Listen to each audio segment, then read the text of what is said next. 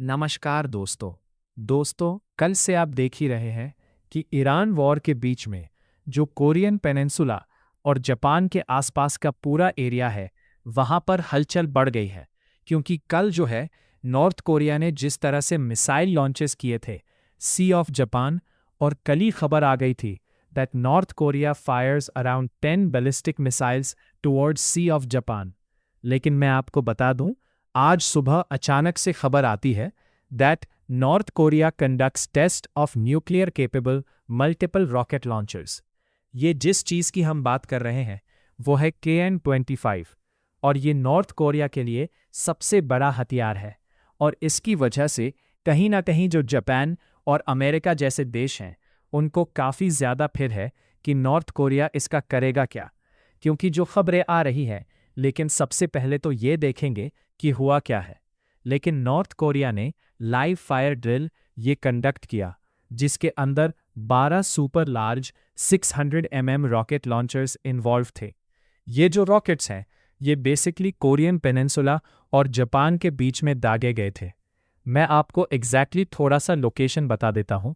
ये north Korea आप देख सकते हो, उसके जस्ट नीचे ये आपका साउथ कोरिया है।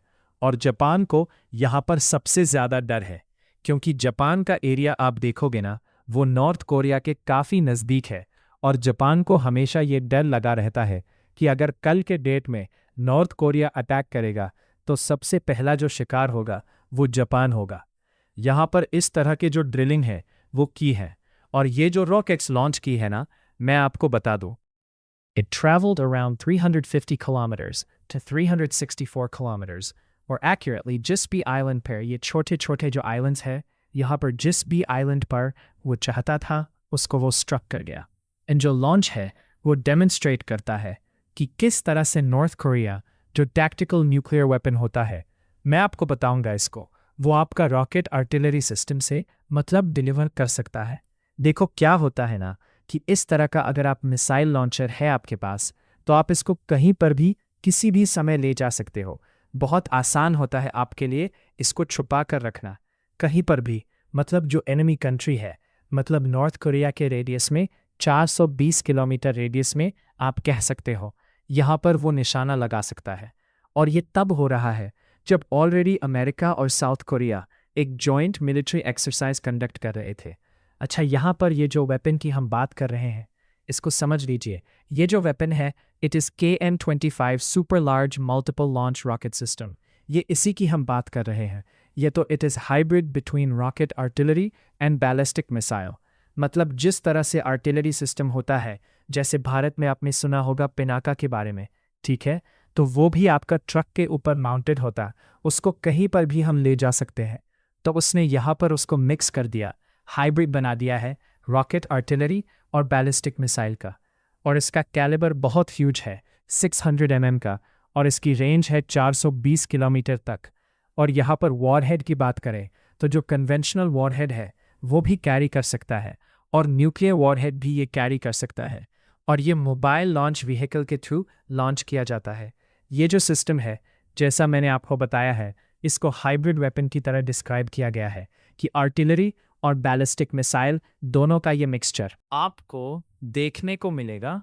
और देखिए, जहाँ से समझिएगा, ये जो KN-25 की हम बात करें, ये नॉर्थ कोरिया ने जो लॉन्च किया है वो आज सुबह किया।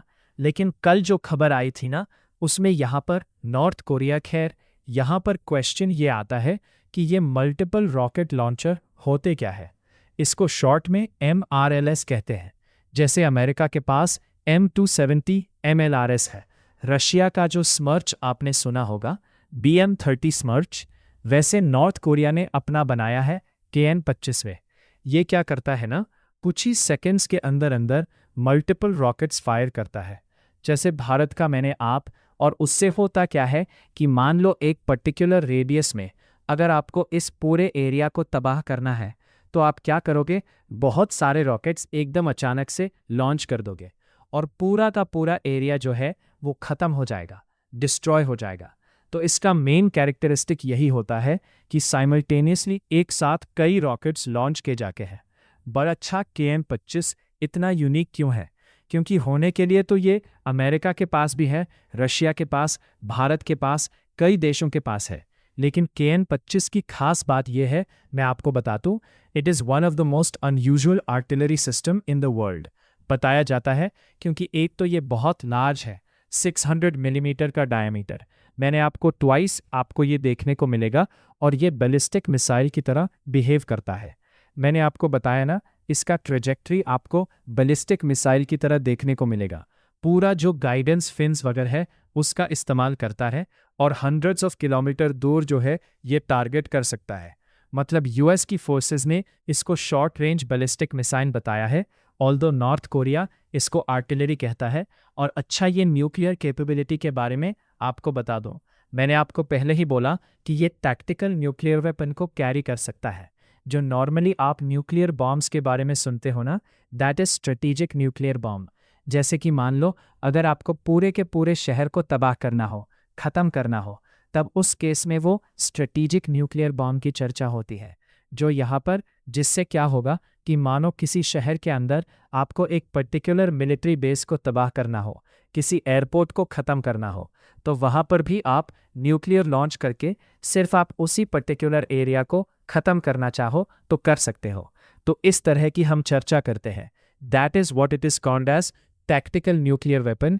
और नॉर्थ कोरिया ने पहले कंफर्म किया हुआ है कि KN-25 के अंदर जो मतलब हर एक लॉन्चर जो है एक साथ कई सारे लॉन्च कर सकता है, जिससे आप मान लीजिए नॉर्थ कोरिया ने एक साथ 10 आपके लॉन्चर जो है उसको तैनात कर दिए, और हर लॉन्चर में जो है कई सारे मिसाइल्स यहाँ पर फिट हैं।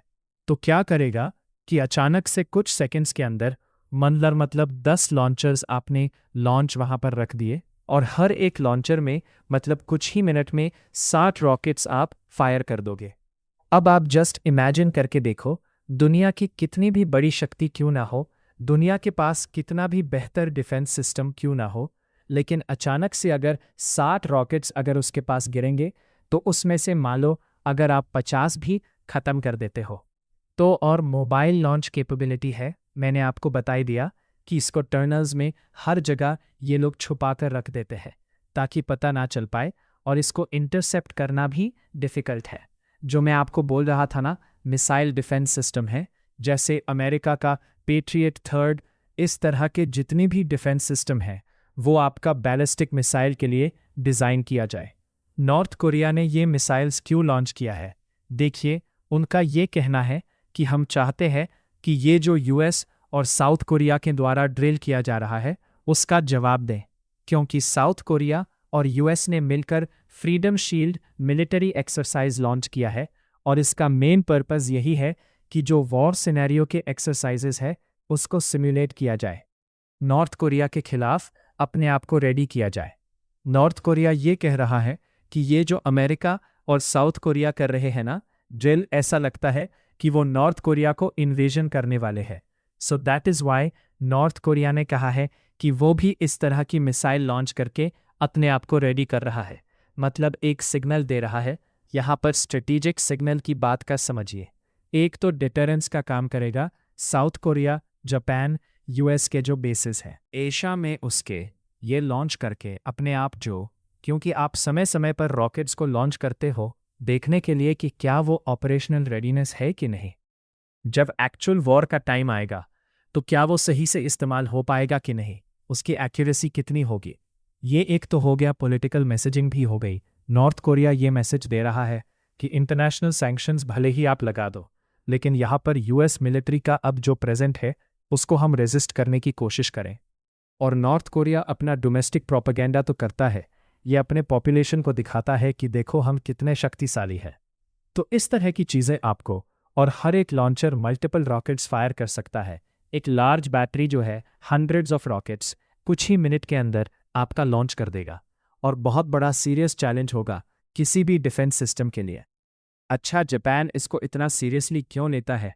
मैंने आप तो पहले बोला कि जियोग्राफी अगर आप देखोगे तो जापान और नॉर्थ कोरिया का जो डिस्टेंस है हार्डली 1000 किलोमीटर के आसपास है, और जापान को यही डर रहता है कि कल के डेट में अगर कोई भी वॉर वगैरह होती है तो सबसे पहला जो निशाना होगा मतलब साउथ कोरिया के साथ तो है, ये एश्योर जो है लेकिन जापान काफ़ी ज़्यादा इसी को लेकर चिंतित होता है।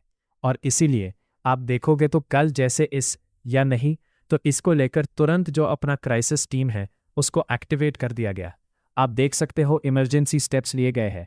प्राइम मिनिस्टर ने जो क्राइसिस रिस्पांस टीम है उसको एक्टिवेट किया। जापान कोस्ट गार्ड ने warning stating that North Korea has launch the suspected ballistic missile. तो कोई ये नॉर्मल प्रोसीजर होता है, जब भी जापान को लगता रहे कि कोई भी मिसाइल उसके नज़दीक का आ रहा है, कोई उससे पास हो रहा है, तो तुरंत इस तरह के जो प्रोटोकॉल्स हैं वो एक्टिव किए जाते हैं। अब देखते हैं क्या होता है, क्या यहाँ पर भी कुछ बड़ा होने वाला है, क्योंकि ऑलरेडी दुनिया के ये जापान के कौन से 2 आइलैंड्स को सेपरेट करता है। आप सब जानते हैं जापान के कई आइलैंड्स हैं, होकाइडो, हॉन्शो, शिकोको, क्योशो। तो यहाँ पर कौन सा ऐसा आइलैंड है